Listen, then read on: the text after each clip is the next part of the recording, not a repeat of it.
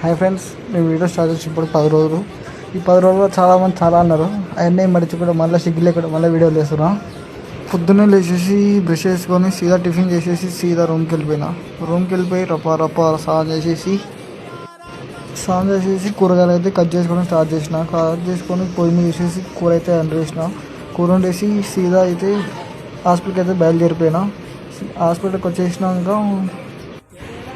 వచ్చేసి మా సార్ వాళ్ళ పాప నెయిల్ పాలిష్ చేస్తా అంటే నెయిల్ పాలిష్ చేసినాక కొంచెం బయటకు వెళ్దామంటే బయట ఫుల్ వర్షం. ఇక లోపలనే ఉండి వర్క్ ఉంటే వర్క్ చేసుకున్నా. వర్క్ కంప్లీట్ కాగానే కొంచెంసేపు క్రికెట్ మ్యాచ్ చూసేసా, హైలైట్స్ చూసేసి ఇక అయిపోయింది, డ్యూటీ టైం అయిపోయింది. సీదా రూమ్ కాడికి వెళ్దామని బైక్ స్టార్ట్ చేసా. పోయే దారిలో చికెన్ చేసేసుకొని వెళ్ళిపోయా. రూమ్కి వచ్చేసి ఉన్నాయి గిన్నెలు కడుక్కేసుకొని మా ఓనర్ సాబ్ ఏమో కూరగాయలు కట్ చేసి రప్ప కర్రీ వంటుండు. నేనైతే బియ్యం పూసుకొని రైస్ అయితే కడిగేసి రైస్ అయితే పెట్టేసిన.